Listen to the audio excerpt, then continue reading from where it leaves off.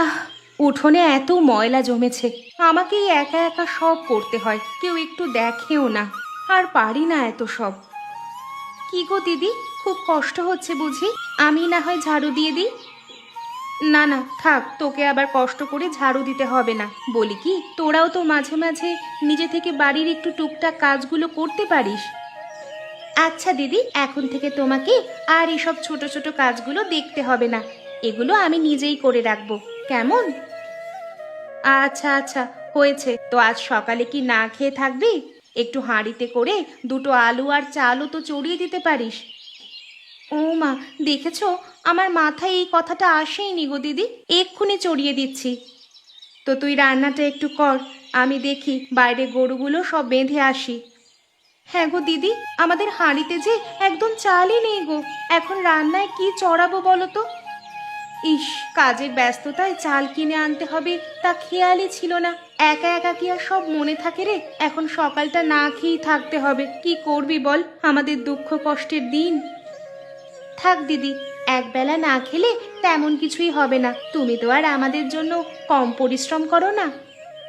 কি আর তোদের জন্য করতে পারি রে বোন, স্বাদ থাকলেও সামর্থ্য নেই, বুঝলি? আজকাল মাঠের কাজে তোরা বেশ ফাঁকি দিস, বুঝলি তো? তোদের একটু বিশ্বাসও করা যায় না। মানে বাবু, আসলে রোদ গরমে কাজ বাজ আর কতই করি বলেন। একটুখানি জিরিয়ে নিয়ে আবার কাজ করতে হয়, সব মিলিয়ে বসে তো আর থাকি নে। তোদের সঙ্গে কথায় পারা যায় না। ওই দিকটাই যাই, একটু ভালো করে কোদাল চালা তোরা, দেখবি যেন উঁচু নিচু না থাকে। ঠিক আছে, সবকিছু ঠিকঠাক করবি। করছি বাবু, আপনি এত ব্যস্ত হবেন না। আপনি ওখানে বসে আমরা কি করছি মানে আপনাকে তো বলছি, এই খগের থাকতে কাজের কোনো চিন্তা করতে হবে না, আমরা আছি। আচ্ছা, বুঝেছি। তা খগেন, সামনে তো বর্ষা চলেই এলো রে, এবার বিলের মাছ টাছ ধরে খাওয়াবি তো? হ্যাঁ। সে তো প্রতিবারই খাওয়াই। ও বিল তো আপনাদের জমিদারি সম্পদেরই অংশ, তা আপনাকে খাওয়াবো না তো কোথায় খাওয়াবো? অনেকদিন গ্রামের ভেতরে যাওয়া হয় না, বুঝলি? পাড়ায় কে কেমন আছে জানতেও পারি না। কমাস হলো ব্যবসার কাজে এমন জড়িয়ে পড়েছি যে গঞ্জ থেকে ফিরতেই রাত হয়ে যায়। আমাকে জিজ্ঞেস করলেই তো বলে দিতে পারবো। আমি তো এই গ্রামের কে কি করছে সব একেবারে চোখ বন্ধ করে বলে দিতে পারবো। তুই তো শয়তানি কাজ ভালোই পারিস, তা কি আমাকে নতুন করে আনবার কথা বলতে হবে নাকি? জি জি জি জি, এমন করে বললে আমার বড় লজ্জা পায় বাবু। মানে এসব কাজ করতে মানে একটা আলাদা আনন্দ লাগে বাবু। তোর তো আনন্দ লাগবেই, আর অন্যের যে সে কারণে জ্বালা হয় সে কি জানিস? তা জানি বই কি, কিন্তু কি করব, আরে স্বভাব তো আর সহজে বদলানো যায় না। আজ বড্ড বেলা হলো, আমি চলি। আর কাজগুলো ভালো করে শেষ করে ফিরবি, কেমন?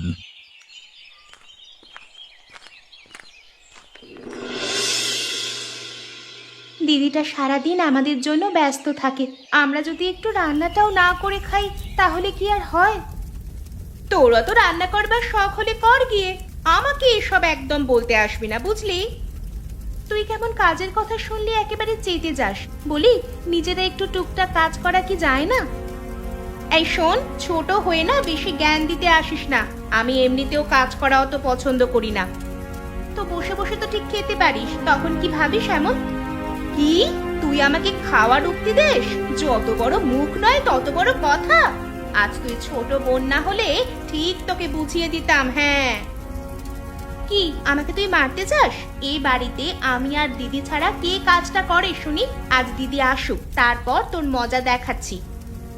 যা যা, তুই আর কি মজা দেখাবি? আমি কি এসবে ভয় পাই নাকি? তোর কি বড় দিদির জন্য একটুও কষ্ট হয় না? দিদিটা কত কষ্ট করে মাঠের কাজ করে, গরু ছাগল চড়ায়, তারপর আমাদের খাবার আনে, আর তুই সামান্য বাড়ির কাজটাও করতে চাস না? দেখ, তুই খুব বেশি বলছিস। আমি কি তোকে এসব বলার দায়িত্ব দিয়েছি নাকি? তোকে আমি কি খারাপ কিছু বললাম? আমি শুধু একটু হাত লাগিয়ে রান্নায় সাহায্য করতে বলেছি, এটাও কি করতে পারবি না?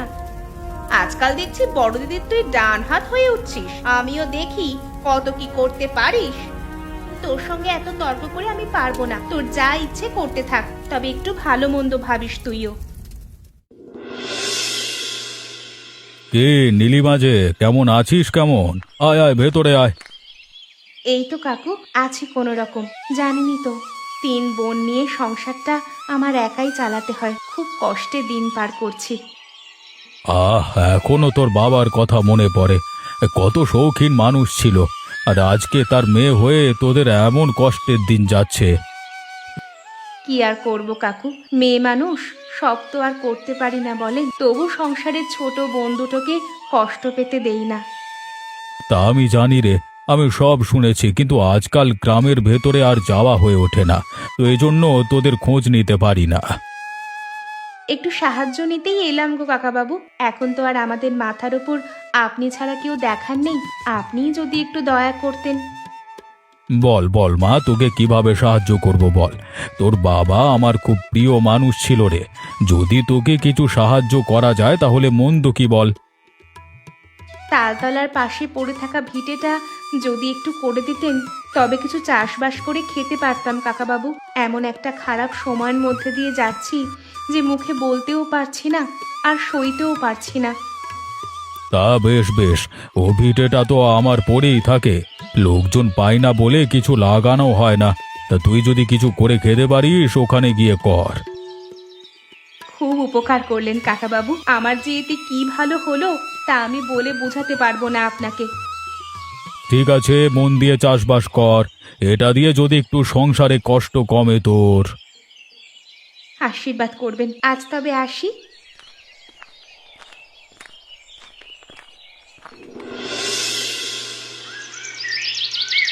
রে মুখ পোড়া, বলি এতদিনে বুঝি আমায় মনে পড়লো? আগে কত আসতি, আর এখন বুড়ো হয়েছি আর তোদের কোনো খবর নেই। আর কোথায় সময় পাই বলো বুড়িমা? সারাদিন অবিনাশ বাবুর ভাই ফরমাস খাটি, তারপর ঘরে ফিরতে ফিরতে রাত হয়ে যায়। তো বল, কি ভেবে এলি আজ? কাজ ছাড়া তো আর আসবি না।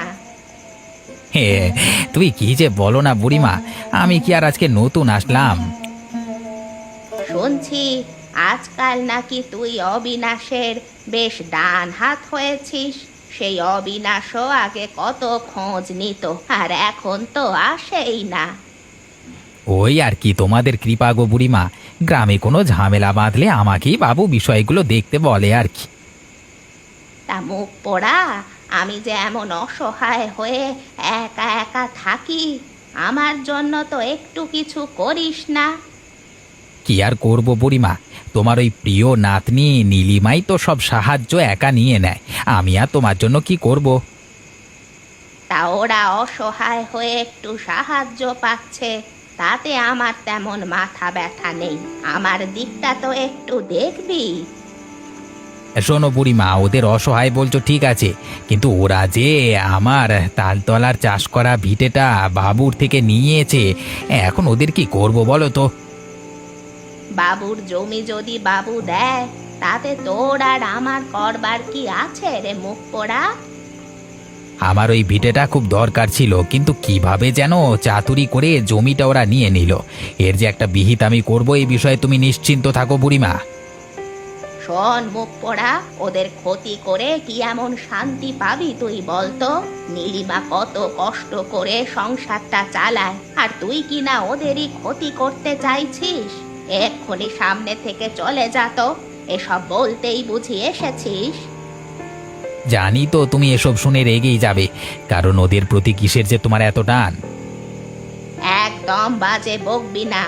ওদের আমি ছোট থেকেই ভালোবাসি, আর ওরা যে কিভাবে এত দূর এসেছে তা আমার চেয়ে কেউ ভালো জানে না। নাও নাও, থাকো তুমি ওদের নিয়ে, আমি চললাম। তবে ওদেরও যে আমি ভালো রাখবো না তা মনে রেখো।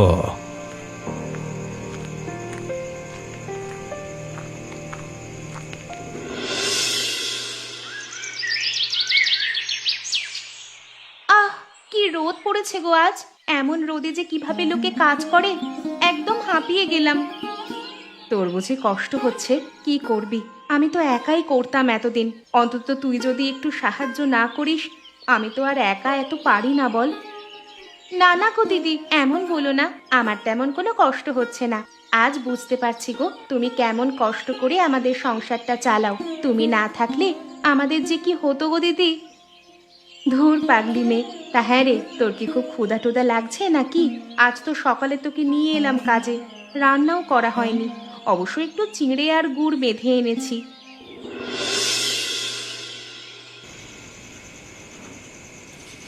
কি হলো হঠাৎ সন্ধ্যায় এসে হাজির? তা ভেতরে আয়, বল। আর কি বলবো বাবু, সারাদিন রোদ গরমে পুড়ে কাজ করে একটু এলুম আপনার কাছে। তা কাজ বাজ সব ঠিক চলছে তো নাকি? আর তোকে যে জমিগুলো দিয়েছিলাম সেগুলোর কি খবর?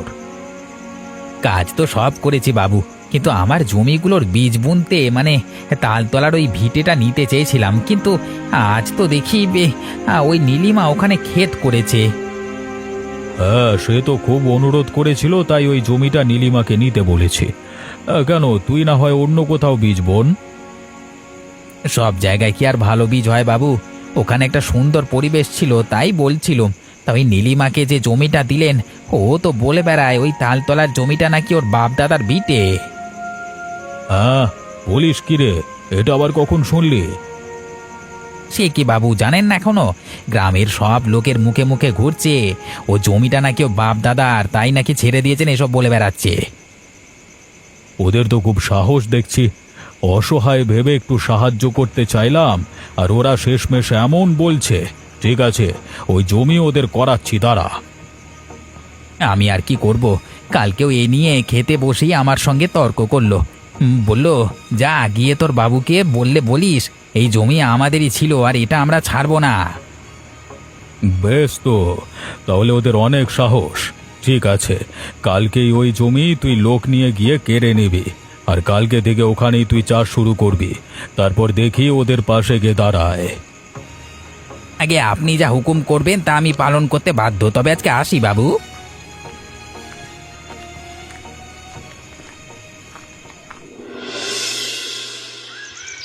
হায় রে হায়, কত অনুরোধ করে তালতলার ভিটেটা একটু চাষ করতে নিলাম, সেটাও কিনা হিংসে করে কেড়ে নিল। এখন সংসারটা কিভাবে চালাবো, আর বোনগুলোকে কিভাবে দেখবো?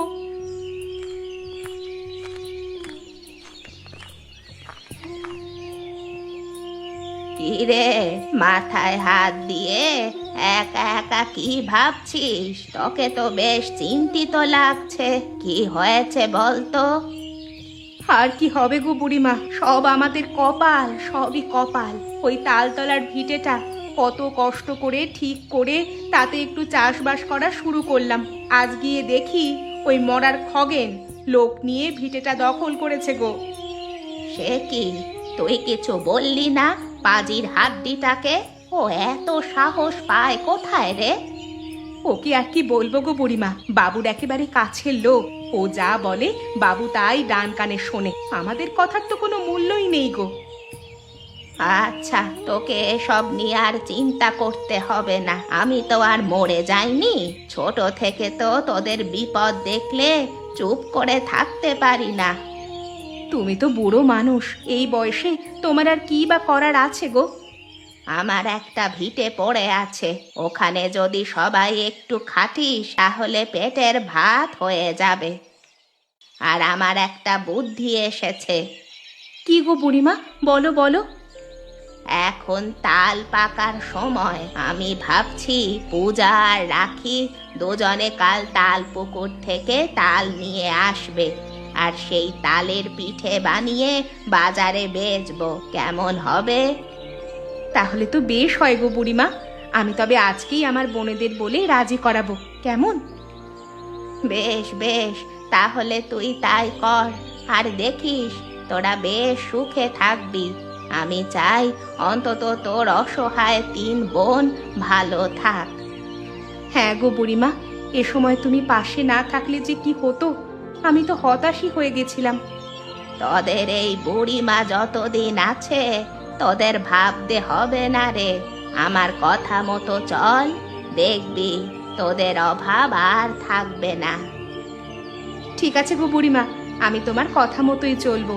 আজ তুমি না এলে যে কি করতাম ভেবেই পাচ্ছিলাম না। দিদি, খুব জোরে বাতাস শুরু হলো তো গো, একটু পর বুঝি ঝড় আসবে, আমার তো ভয় করছে।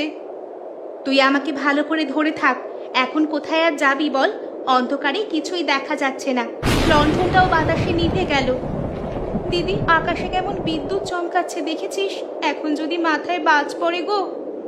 আরে ধুর, তুই অত ভয় পাস না, আমি তো আছি। আর আজ যদি তাল না কুড়োই, কাল বাজারে কি বিক্রি করবে বর্দি? তা তো বুঝলাম, কিন্তু এই যে বড় ঝড় উঠেছে দিদি, যদি কিছু হয়ে যায় আমাদের তখন? কিচ্ছু হবে না, আমি তো আছি। চল চল, ওই বড় গাছটার নিচে গিয়ে দাঁড়াই আমরা। যেভাবে বিজলি চমকাচ্ছে, তাতে যে কোনো সময় বড় বাজ পড়তে পারে রে। হ্যাঁ হ্যাঁ হ্যাঁ গো দিদি, তাড়াতাড়ি চলো, ওই গাছতলায় গিয়ে দাঁড়াই আগে। আয় আয়, আমাকে শক্ত করে ধরে থাক, কোনো ভয় নেই। দিদি, কি বিশাল বাজ পড়লো গো! ওরে বাবা, এত বিকট শব্দে বাজ পড়লো, চারিদিকে তো আলোয় ঝলসে গেল রে। দিদি, বাজটা বুঝি তাল গাছগুলোর ওপরেই পড়লো গো। আমিও তো তাই দেখলাম। চল তো একটু সামনে এগিয়ে দেখি। হ্যাঁ হ্যাঁ, তাই তো মনে হচ্ছে। দিদি দেখ দেখ, মাটিতে গোল গোল এতগুলো কি চকচক করছে রে। আরে দিদি, এগুলো তো সোনার তাল রে। হ্যাঁ, কি বলিস? দেখি দেখি, আমায় একটু দে তো।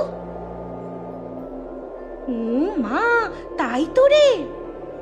দিদি, ওপরওয়ালা বুঝি আমাদের এবার একটু সহায় হলেন রে। চল চল, তালগুলো নিয়ে তাড়াতাড়ি সরে পড়ি। এমনিতেই আমাদের তো আবার শত্রুর অভাব নেই। হ্যাঁ, তুই ঠিকই বলেছিস। আর শোন, এই সোনার তালের কথা তুই কাউকে বলবি না কিন্তু। এই তালগুলো আমরা দুজনে ভাগ করে নেব। সে বলবো না, কিন্তু বাড়িতে গিয়ে দিদি যা বলবে তাই করতে হবে। চুপ থাক, আমরা কুড়িয়ে নিয়ে দিদিকে কেন দেব? তুই আগেই এসব বলবি না।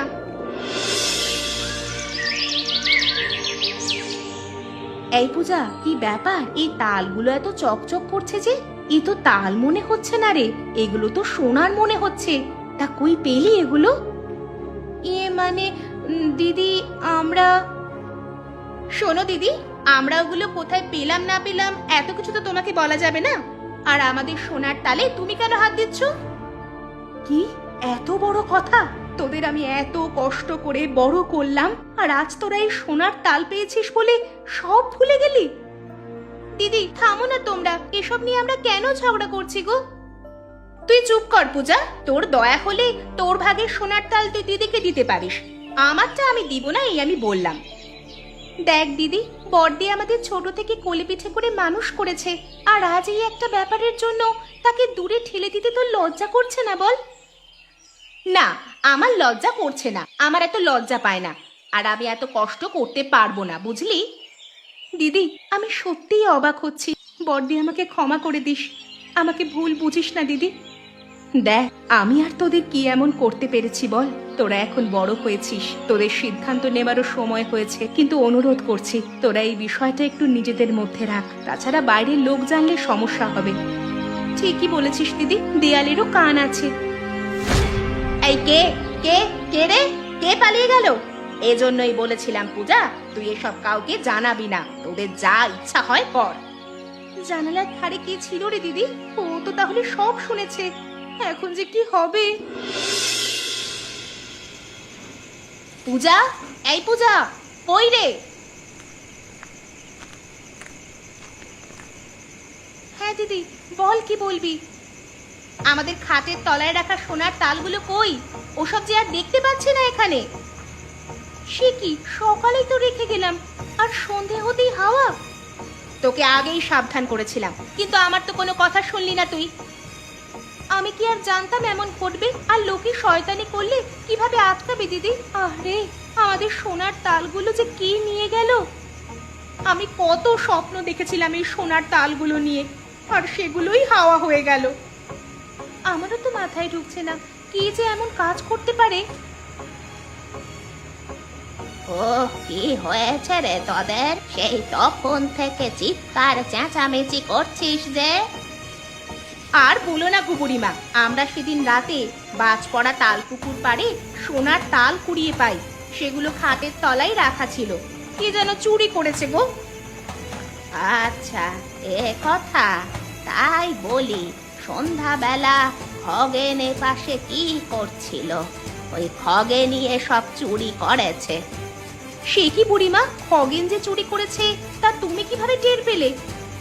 ওকে ধরে আন আর দুটো আচ্ছা মতো ঘা দে, তাহলেই সব বলবে ব্যাটা। তাহলে ওই পাজি খগেন আমাদের ক্ষতি করা ছাড়বে না? আজ দিদি আসুক, ওকে আচ্ছা করে শাস্তি দেব। আমার সত্যিই খারাপ লাগছে। এখন বড়দি আমাকে কি ভাববে? কাল এই সোনার তাল নিয়ে তাকে আমি কত কথা শোনালাম। আচ্ছা, আমি দিদিকে বুঝিয়ে বলবো। এখন চুরি যাওয়া তালগুলো ভালোই ভালোই উদ্ধার হলেই হয়। সেটাই ভালো। আমাদের তাল চুরি করার খেলা কেমন ওই খগেন টের পায় দেখবি। কত কষ্ট করে আমরা ওগুলো পেলাম, আর ও কিনা চুরি করলো। কিরে নীলিমা, তুই এই সকালবেলায় তাও খগেনকে এভাবে হাত পা বেঁধে এনেছিস? তা ও কি কোনো চুরি টুরি করলো নাকি? বাবু বাবু, এই পাজি আজ অনেক দিন আমাদের পিছনে লেগেছে। আজ ব্যাটাকে হাতে নাতে পেয়েছি। তা কি হয়েছে খুলে বল তো আমাকে। গত দুদিন আগে ঝড়ের রাতে তাল পুকুরের তলায় হঠাৎ বাজ পড়লে কটা সোনার তাল কুড়িয়ে পায় আমার বন্ধুটো। সে কি রে, সোনার তাল? আজব বিষয় তো, বল বল শুনি। সেই তালগুলো বাড়িতে নিয়ে আমরা তিন বোন একটু ঝগড়া করছিলাম, কিন্তু এই পাজি আড়াল থেকে সব শুনে আমাদের খাটের তলা থেকে সব সোনার তাল চুরি করে আনে। এত বড় সাহসের? কদিন আগে তবে তোর নামেও ভুল বুঝিয়ে জমিটা কেড়েছে। পুরো গ্রামের মানুষকে এ বেটা জ্বালিয়ে তুলেছে। তুই চিন্তা করিস না মা। এই বেটা খগেন পাজি, এই মুহূর্তে 100 বার কান ধরে উঠবস কর আর 200 হাত নাগ মাটি দে। তালতলার ভিটের জমি সহ সব জমি কালকে ছেড়ে দিবি, এই তোর শাস্তি। বুড়িমা, দেখেছো আজ আমাদের তাল পিঠার দোকানটা কেমন বড় হয়েছে? কত লোক দূর থেকে তাল পিঠা খেতে আসে। আমি বলেছিলাম না, শুধু তোরা আমার কথা শুনে চল, তাহলে আর অভাব থাকবে না।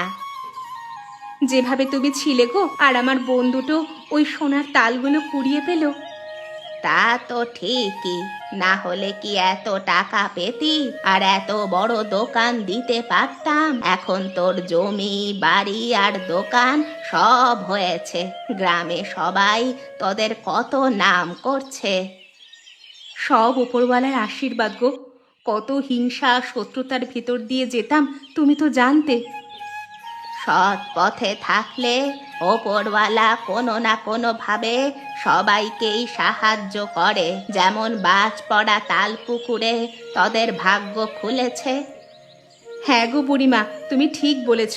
আমাদের আজ ওপরওয়ালার কৃপায় আর অভাব নেই গো, বরং দুটো মানুষকে সাহায্য করতে পারি। হ্যাঁ, সারা জীবন মানুষের উপকার করবি। তুমি শুধু পাশে থেকো আমাদের।